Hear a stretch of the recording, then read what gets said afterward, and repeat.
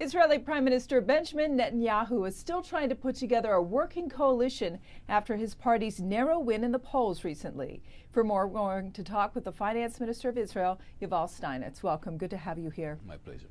As there's work to be done to put the coalition government together, how difficult will that be, and how much will economic policies change with the new government? First, I think it's quite possible to establish a stable and solid coalition, as Netanyahu did before. Although we lost some seats, unfortunately, the results are very clear. Netanyahu is going to have 4 more years as Israel Prime Minister, and therefore I think the formation of the coalition will be fast and smooth. With regard to the second issue, I think that the results are very reasonable from economic perspective, because those who adopted, who advocated a very bold, populistic, socialist approach, like Shelley Yachimowicz and the Labour Party, that spoke all the time on social justice and wanted to raise tax dramatically, especially on companies and big corporations, didn't gain any extra seats. And the main 2 new parties, Lapid's Center Party on the one hand and Bennett's Jewish House on the other hand, are speaking on the need to conduct rational economy, to be very careful with raising tax, and like us, they put the right priorities. And the right priorities, I think, are very clear in Israel and elsewhere.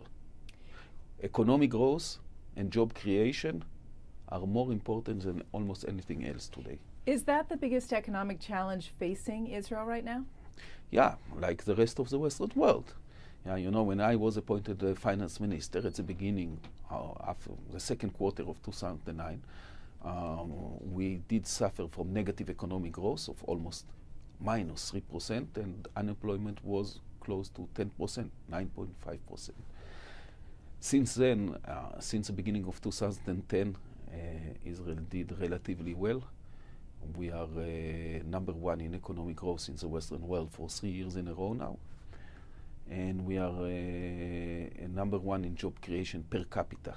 We created 360,000 new jobs, which is a record in Israel history, also for 3.5 years. And we did manage to reduce unemployment below the pre-crisis figures. More important even, participation level in the labor market went up dramatically, including many Israeli Arabs and ultra-Orthodox Jews that went for the first time into the labor market. But, of course, we are very eager, and we will have to be very keen on keeping this significant economic growth into the future. Is the growth going to be strong enough, plus taxes that were already enacted, to plug the deficit in the budget going forward? Or is there a chance that additional revenues will be needed? I hope not. I think that we already took some measures. You know, I announced a new deficit target for 2013, 3%, and we are serious about it. We are going to meet it. And we already added some extra tax last summer in order to meet the new target. We were unsatisfied from the fact that the deficit in 2012 was 4.2%. Truly, it's below some other Western countries, but still we felt very uneasy about it. This is on the one hand. On the other hand, we shouldn't forget that Israel is among very few, maybe even the only Western country that did manage to reduce the debt ratio to GDP in the last 3 years.